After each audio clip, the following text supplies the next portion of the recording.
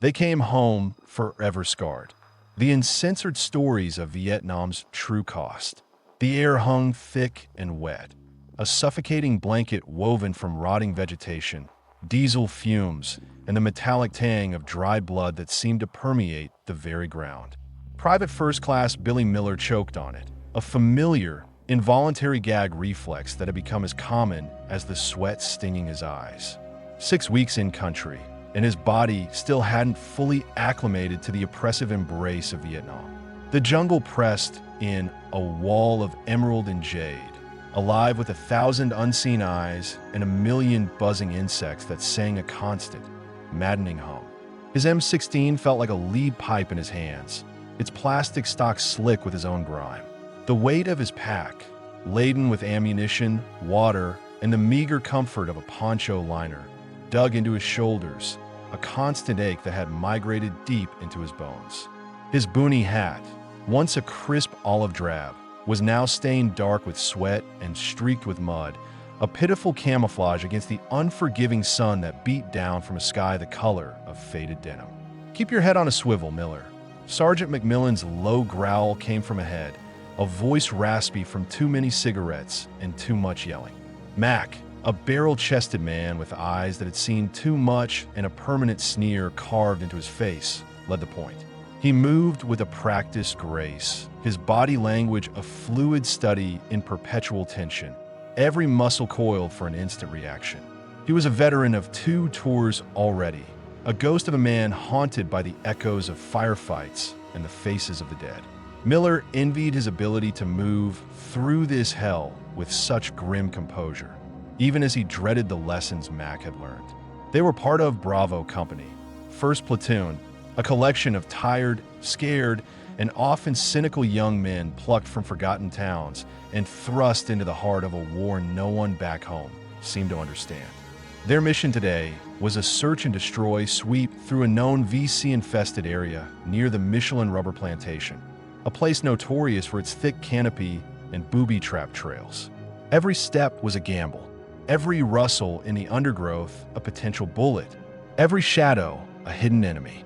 Doc Rodriguez, the platoon medic, trailed behind Miller. Doc was a quiet kid from East LA, his face perpetually smudged, his medic bag a cumbersome extension of his being. He had a way of looking at you, even when you were joking, that spoke of a deep-seated weariness, a knowledge of pain that transcended his 20 years. He rarely spoke, but when he did, his voice was calm, steady, and strangely reassuring. Miller had seen him work after a contact, coolly patching up screaming men, his hands stained red, his face impassive. It was a mask Miller knew Doc wore to survive, to keep the horror at bay. The column snaked through the jungle, a thin line of weary GIs, their boots squelching in the mud, crushing ferns and snapping twigs with every careful stride. The air grew heavier, thicker, as they pushed deeper. The smell of decay was overpowering now, mixed with something else, something metallic and sweet. Miller's gut clenched. He knew that smell. It was the smell of human decomposition, the smell that meant they were getting close to something terrible. "Hold up!" Mac's whispered command froze them. His hand shot up, a silent signal. The jungle fell silent, or rather, the familiar symphony of insects and birds seemed to recede, replaced by the pounding of Miller's own heart in his ears. He dropped to one knee, M16 up, eyes scanning, his breath catching in his throat. What was it? A tripwire? A sniper? Then he saw it. Through a gap in the foliage, a small bamboo stake, crudely sharpened, jutting out of the earth. But it wasn't the stake that made his blood run cold. It was the glint of sunlight off something almost invisible, a thin fishing line stretched taut across the trail, disappearing into the undergrowth. A punji pit, probably. Or worse. "Mac, I see it," whispered PFC Davies, the platoon's resident joker, his voice now devoid of its usual mirth. He was just behind Mac, his finger hovering over the safety of his M79 grenade launcher. Davies had a knack for finding humor in the darkest places, a coping mechanism that usually grated on Miller, but now felt like a desperate anchor. Mac didn't move. He simply stared, his eyes narrowed, calculating. The silence stretched, an unbearable weight. Miller could feel the sweat trickling down his spine, a cold sensation despite the heat. Every nerve ending screamed, waiting for the inevitable. The jungle was a patient hunter. Suddenly, a sharp crack from the left flank, a sound like a dry branch breaking underfoot, but too loud, too sharp. It was followed by a sickening thwomp, and then a grunt of pain. "Mine!" someone screamed, his voice choked with agony. Chaos erupted. "Contact! Left flank!" Mac bellowed, his voice cutting through the sudden din of rifle fire. The air instantly filled with the angry buzz of AK-47s, a sound that vibrated in Miller's chest like a jackhammer. He instinctively dropped flat, pressing his face into the damp earth, the smell of mud and leaf litter filling his nostrils. "Fire! Fire! Left!" Miller scrambled to his knees, fumbling to get his rifle up. He saw movement, blurred figures in black pajamas darting through the trees.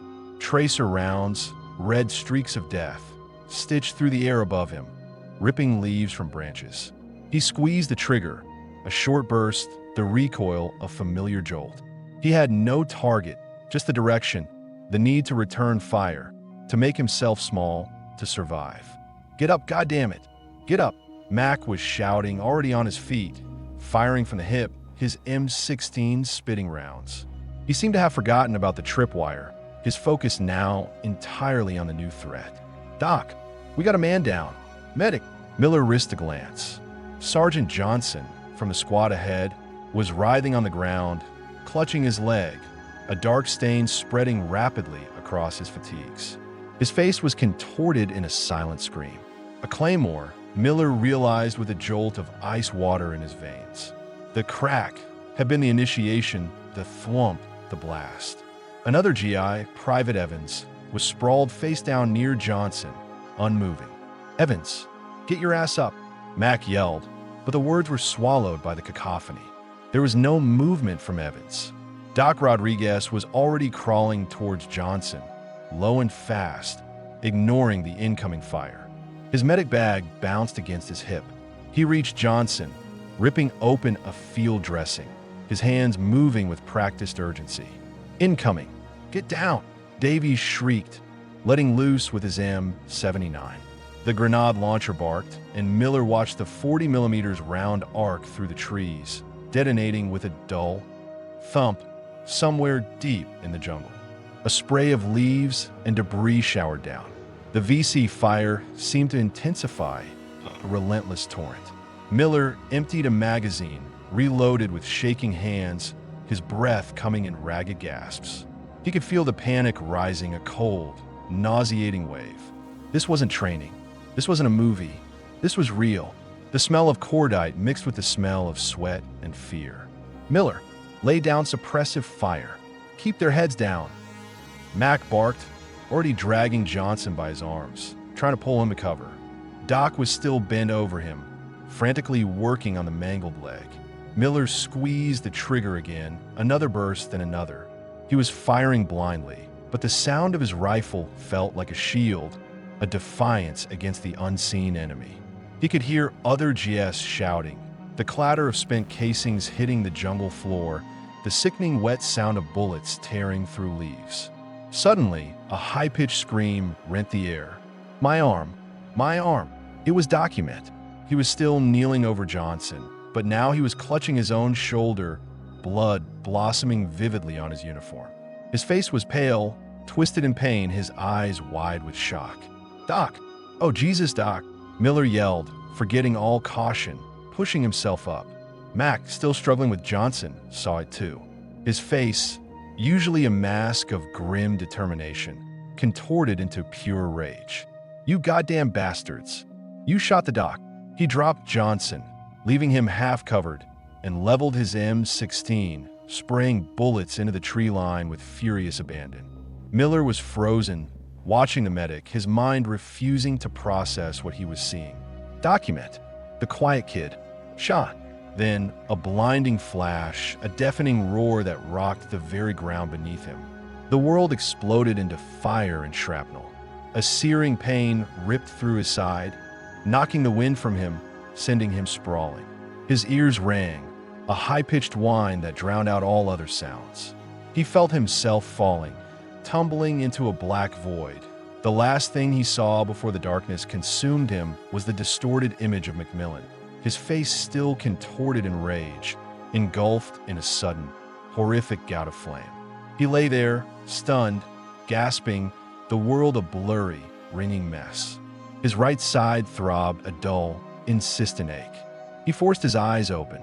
Smoke billowed from where Mac had been standing, thick and acrid. The smell of burning flesh, hot metal, and something sweet and sickly filled his nostrils. The firing had stopped.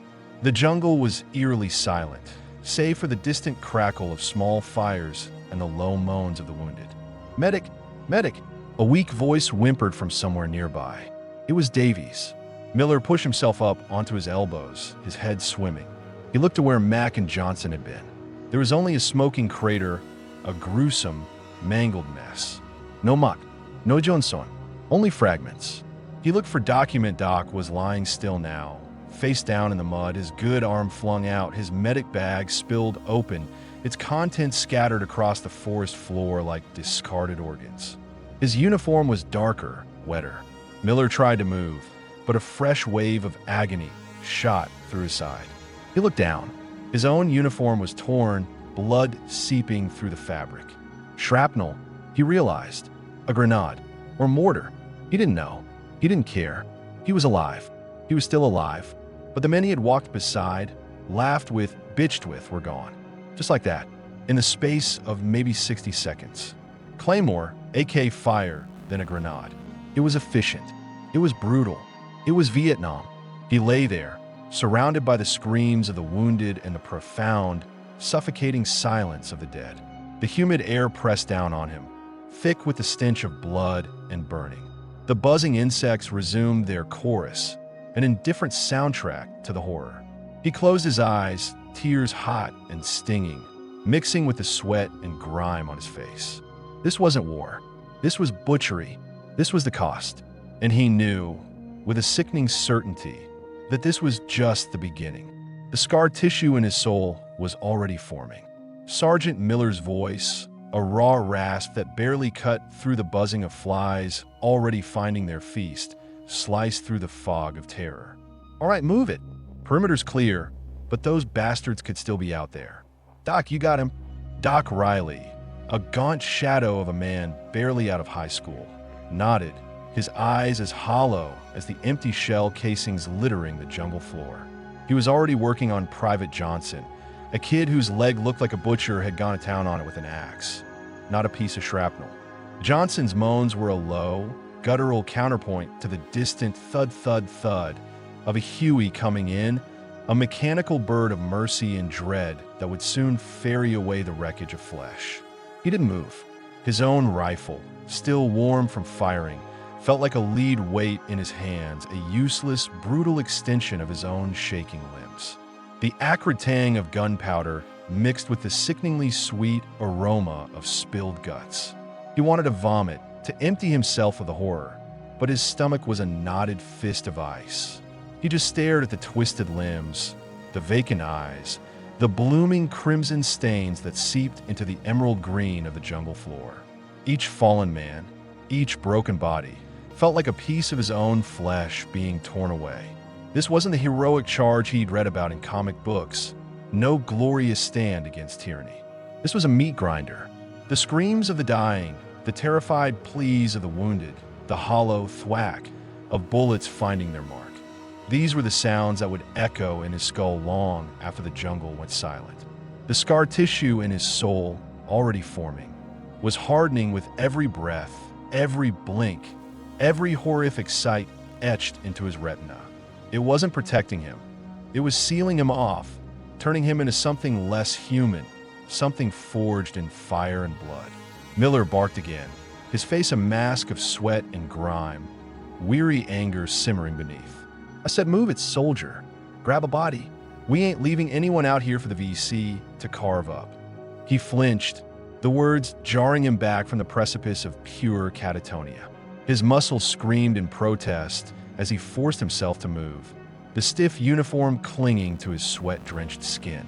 He stumbled towards the nearest casualty, a young man he barely knew, whose eyes were wide open, staring at nothing, a silent accusation to the indifferent sky. The boy's skin was cool to the touch, already losing its warmth. Lifting him, he felt the sickening give of broken bones, the limp weight of a life extinguished. The smell of death clung to him, clinging like the humid air, promising never to leave. This was the true cost, he realized, not just the blood and the limbs, but the quiet theft of innocence, the corrosion of hope, the permanent warping of the very fabric of who he was. He was no longer the boy who'd left the States weeks ago, full of naive patriotism. He was a pallbearer in a jungle charnel house, and the coffin was his own soul. The weight of the M16 in his hands was a familiar, unwelcome presence. It was an extension of himself now, a cold, hard limb that he no longer questioned. The realization that his soul was in a coffin hadn't brought a flood of tears or a breakdown. It had brought a quiet, bone-deep acceptance, a numb sort of peace that was more terrifying than any panic attack. The humid air, thick as soup, clung to his skin, a perpetual clammy embrace that never let up. He was on point, a position he now preferred. The solitude was less burdensome than the strained chatter of men trying to pretend they were still whole. Every rustle in the dense foliage, every distant chirp of a bird, was scrutinized, filtered through a new, predatory awareness. The jungle, once an exotic backdrop, was now a living, breathing enemy, its shadows hiding tripwires and pungy pits, its canopy concealing unseen eyes. The smell of decay was omnipresent. Rotting vegetation, stagnant water, and the faint, unmistakable metallic tang of blood that seemed to hang perpetually in the air, a reminder of what the earth had absorbed. Days blurred into a monotonous cycle of patrols, ambushes, and the desperate, often futile, search for an enemy that vanished like smoke. They moved through rice paddies where the water was a mirror to a sky too indifferent, and through triple canopy jungle so thick the sun was reduced to a few sickly shafts of light. The mud became a character in itself, a greedy, sucking maw that stole boots and consumed hope, clinging to uniforms, finding its way under fingernails into the very pores of their skin. One afternoon, the silence, thick and suffocating, was shattered by a scream. Not a scream of rage, but of pure, unadulterated agony. PFC Miller, fresh out of basic, had stepped on a toe popper, a small anti-personnel mine designed to maim, not kill. The explosion was muted by the dense foliage, but the sound of bones splintering was chillingly clear. Miller crumpled, his hands clutching a shredded boot, blood already seeping into the rich, dark earth. There was no panic from the rest of them, only the practiced, grim efficiency of men who had seen this 100 times before. Doc Rodriguez was on him in an instant, cutting away the ruined fabric, the smell of fresh blood momentarily overwhelming the jungle's usual stench. Miller sobbed, a sound so raw and childlike it was almost unbearable. But the protagonist felt nothing but a dull throb of weariness. Another one, another piece of meat for the grinder. He scanned the tree line, M16 at the ready, his heart an unfeeling drum in his chest. No enemy in sight, just the usual, insidious war of attrition. Later, huddled under a poncho amidst a sudden, torrential downpour, he pulled out a letter. His mother's cursive, neat and flowing, spoke of spring flowers blooming in the garden, of church bake sales, of his old dog missing him. He read the words, but they felt like dispatches from another planet, a world that no longer existed for him. The innocence in her words, the unwavering belief in his noble purpose, was a cruelty. He was no hero tending a garden. He was a scavenger in a charnel house, his hands perpetually stained with the unseen grime of death. The letter became damp in his hand, the ink blurring, just like the line between right and wrong, sanity and madness had blurred in his mind. He folded it carefully, tucking it back into his breast pocket, a talisman against a peace that was now utterly alien, a reminder of the boy he'd been, and a man he could never be again. He closed his eyes, the rain drumming a relentless rhythm against his poncho, each drop a tiny hammer blow, driving another nail into the coffin of his soul. The rain finally eased, replaced by the suffocating weight of the jungle's humidity, a thick, green blanket that stifled breath and thought. Miller didn't move immediately. The memory of his mother's careful cursive still burned behind his eyelids. The letter, folded crisp in his breast pocket, felt like a burning coal against his skin, a remnant of a world that no longer made sense. "Miller, on your feet, grunt. We got movement." Sergeant O'Connell's voice, raspy from too many cigarettes and too much screaming, cut through the quiet hum of the jungle. Miller pushed himself up, the mud sucking at his boots with a wet, obscene kiss. His poncho, slick with rain, peeled off his skin, leaving it clammy and cold. The familiar ache in his bones was a dull throb, a constant companion since he'd landed in country. He checked his M16, the metal cool against his calloused hands, the weight a comfort and a curse. They moved out, a ragged line of ghost men, shadows swallowed by the dense undergrowth. Each step was a deliberate, agonizing choice. The ground was a treacherous stew of mud, rotting leaves, and unseen roots, every rustle a potential ambush, every shadow a hidden enemy. The air hung heavy with the smell of decay, wet earth, mildew, and something else, something metallic and sharp, a lingering phantom of violence that never quite left. Miller walked point, his senses hyper-alert, strained to breaking. The jungle was 1,000 eyes, 1,000 ears. He saw it in the sudden flight of a startled bird, in the unnatural curve of a twig that might conceal a tripwire, in the barely there glint of sunlight on something that wasn't a leaf.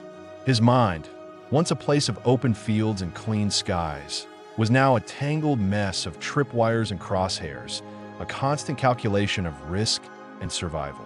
They were heading toward a hamlet, intelligence suggesting VC activity. Another one. They were all the same. Huts made of thatch and bamboo, a few chickens scratching in the dirt, the wary eyes of old men and women, the blank stares of children who had seen too much. Miller had lost count of how many hamlets he'd seen burned, how many lives disrupted, how many silent accusations had followed them out. He remembered the first time, a young buck full of righteous anger, convinced they were freeing people. Now he just saw fear and sometimes a cold, empty hatred that mirrored his own. A sudden flash of movement. Miller froze, M16 snapping up, safety off. His heart hammered against his ribs, a frantic bird trapped in a cage. He held his breath, the only sound a frantic buzzing of insects. "What is it, Miller?" O'Connell whispered, his voice a low growl from behind. "Movement, front left." Miller's voice was a dry croak. They waited. Seconds stretched into an eternity. Sweat beaded on Miller's brow, stinging his eyes. Then, a small, dark shape scurried from beneath a tangle of ferns. A jungle rat, fat and oblivious, darting for cover. Miller lowered his rifle slowly, his fingers aching from the tension. The false alarm left him hollow, a sickening lurch in his gut. This was the cost, he thought. Not just the bullets and the blood, but the constant, gnawing fear that ate at your insides, turning every shadow into a monster, every sound into a death knell. They reached the edge of the hamlet an hour later. The sun now beating down mercilessly, steam rising from the wet earth. It was quiet, too quiet. A few huts, smoke curling lazily from one chimney. No children playing, no women tending fields. Just the silent, oppressive heat. O'Connell signaled for them to fan out, weapons at the ready. Miller moved through the first hut, the air inside thick with the smell of cooking rice and stale sweat. A single cooking pot sat on a small fire, the embers dying. No one. The absence was more unsettling than a confrontation. He pushed into the next hut. A wooden bed, a few meager possessions, a fishing net, a tattered blanket. And then he saw it, tucked beneath a woven mat, partially hidden. A small, crude wooden doll, carved with care, its eyes wide and innocent. Miller's breath caught in his throat. He picked it up, the wood smooth beneath his thumb. It was so small, so utterly out of place amidst the grime and the tension. For a fleeting second, he saw his own younger sister playing with her dolls in the safe, sunlit world of their backyard. Then a rustle from outside, the sound of hurried footsteps. Contact! Você! Behind the tree line! A shout rang out, followed immediately by the crackle of an AK-47. Miller dropped the doll as if it had burned him, the fragile link to humanity shattered. He slammed the M16 to his shoulder, bursting out of the hut, his mind a sudden, terrifying blank slate of instinct. The jungle exploded. Green tracer rounds sliced through the air, followed by the distinctive thud of incoming mortar fire. Dirt and splinters erupted around him. He saw PFC Johnson go down, a blossoming red stain spreading across his chest. No time to think, no time to grieve. Just aim, fire, duck, cover. He emptied a magazine, the recoil of familiar friend against his shoulder, the smell of gunpowder filling his nostrils. He didn't see faces, only targets, muzzle flashes, movement. This was it. This was always it. The frantic, visceral dance of death where men became machines, where empathy was a weakness and survival was the only prayer. The fight was over as quickly as it began. The VC melted back into the jungle, leaving behind a few crumpled bodies, a trail of blood, and the acrid stench of cordite. Johnson was gone, his eyes wide and vacant, staring up at the canopy. Miller stood panting, his chest heaving. His hands trembled, not from fear, but from the adrenaline that still surged through his veins. He looked back at the hut, at the spot where the doll had been. It lay half buried in the churned earth, its innocent wooden face staring up at the indifferent sky. He walked over, his boots crunching on spent casings, and picked it up. He stared at it, the small, carved eyes seeming to hold a silent judgment. The boy he'd been, who believed in right and wrong, in heroes and villains, was long dead. This man, the one standing in the shattered remains of a peaceful village, holding a child's toy, was something else entirely. He tucked the doll in his pocket, next to the letter, a new talisman of his undoing. The rain had stopped. The sun was setting, painting the sky in hues of blood orange and bruised purple. But the rain in Miller's soul, the relentless drumming, continued its beat, driving another nail deeper still. He looked at the faces of his surviving comrades, hollow, haunted, each a mirror reflecting the same brutal transformation. They came home forever scarred, indeed. But some, like him, would never come home at all, not the ones they once were. They were just shells, carrying ghosts, walking through a forever war. The sea, 141 Starlift's engines wind down, a sound that felt less like a rival and more like a final drawn-out sigh. No marching bands, no shading crowds, no burners. Just the sterile chill of a tarmac in Travis AFB, California, under a flat, indifferent sky. Miller stepped out, the air alien in his lungs, too thin, too clean, devoid of the humid tang of rotting vegetation, diesel fumes, and fear. He felt a phantom weight in his hands. The M16 he'd carried like a lover, now replaced by a small, government-issued duffel bag that held little more than laundered fatigues and the tattered remnants of a self he no longer recognized. The debriefing was a blur of clipped questions and blank forms. Any physical injuries? Any psychological distress you wish to report? The words felt like sandpaper on an open wound. What do they want? A list of the souls he'd seen depart, the screams that still echoed in his skull, the smell of burning flesh that clung to his nostrils like a second skin. He just shook his head, a practiced, empty gesture. They wanted closure. He had only craters.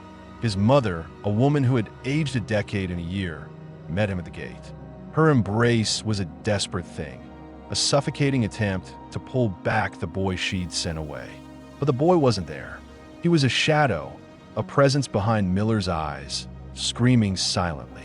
He could feel her thin frame trembling, hear the choked sob in her throat, but he felt nothing in return. A cold, hard knot had formed where his emotions used to be, a protective shell around a pulverized core. He patted her back awkwardly, a stranger comforting a stranger. Home. The word was a mockery. The quiet suburban street, the neatly trimmed lawns, the neighbors waving with forced smiles. It all felt like a movie set, a saccharine lie. His old room, untouched, a time capsule of a life before, now mocked him with its innocence. The baseball trophies, the worn vinyl records, the girly posters, they all belonged to someone else. He caught his reflection in the mirror, eyes that held too much light and too much darkness, a gaunt face etched with lines that hadn't been there a year ago, a permanent tension around his jaw. He looked like an old man wearing a young man's skin. Nights were the worst. The dreams came in waves, relentless and vivid. The thump, thump, thump of chopper blades became his own heartbeat, accelerating until it threatened to burst.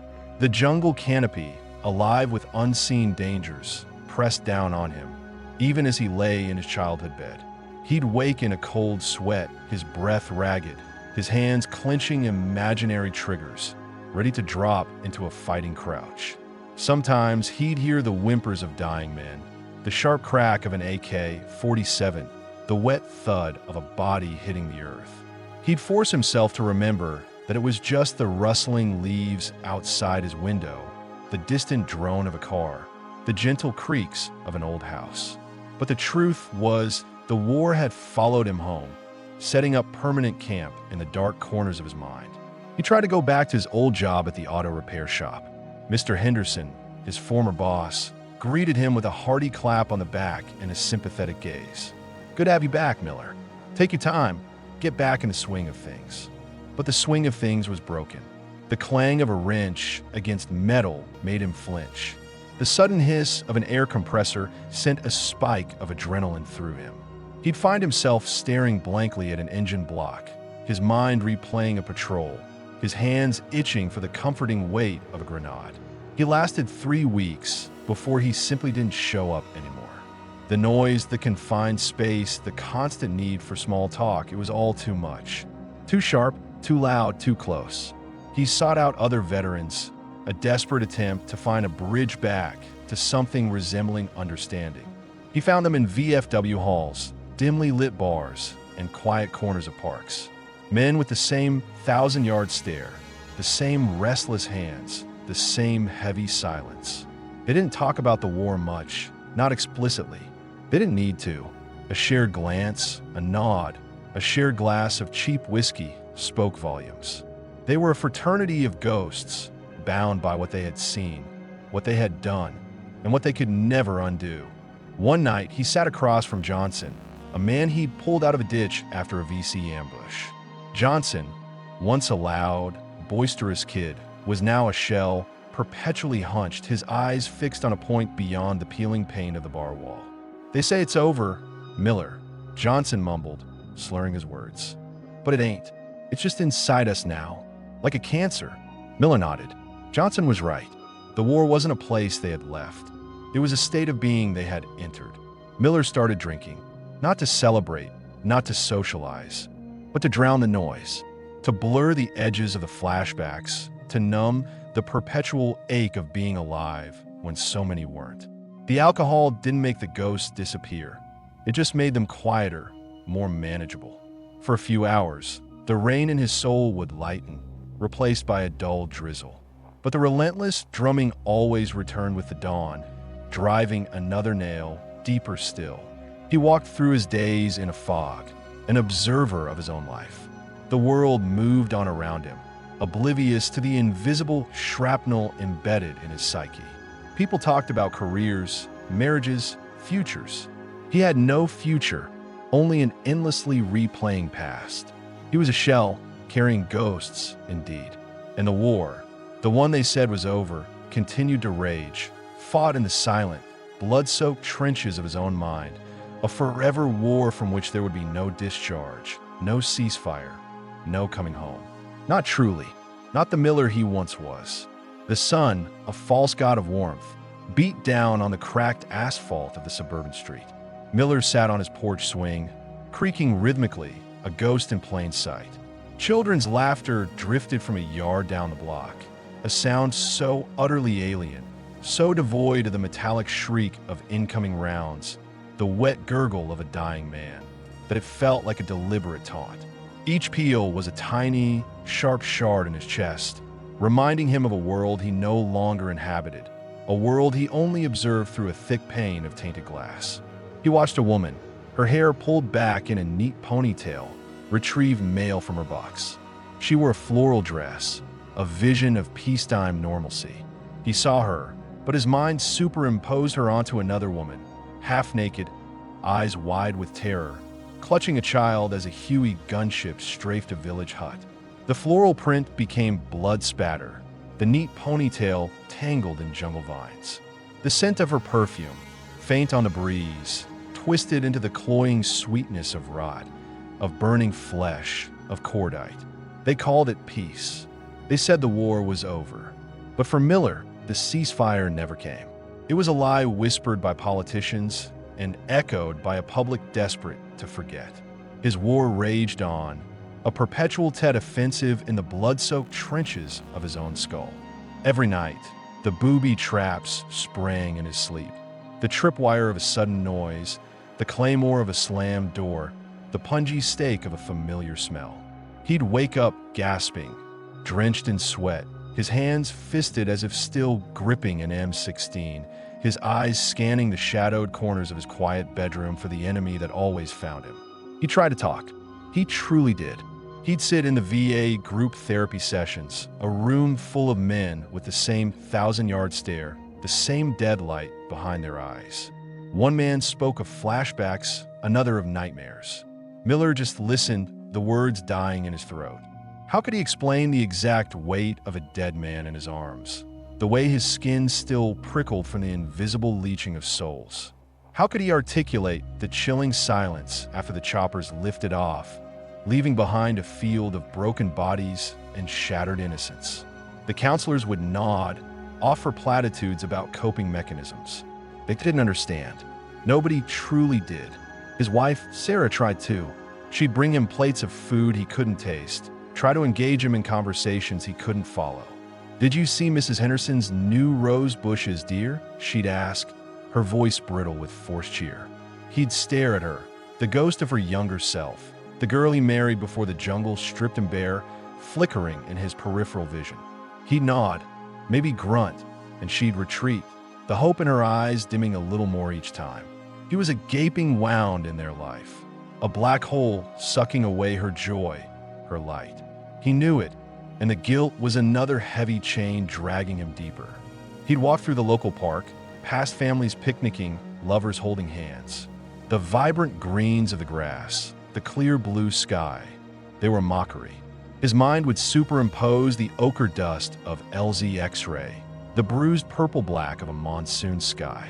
The happy shouts of children became the frantic cries of villagers scattering from incoming fire. He saw himself, a younger Miller, face streaked with grime, eyes wide with a terror he wouldn't admit, running through similar terrain. Only there were no picnics, only death.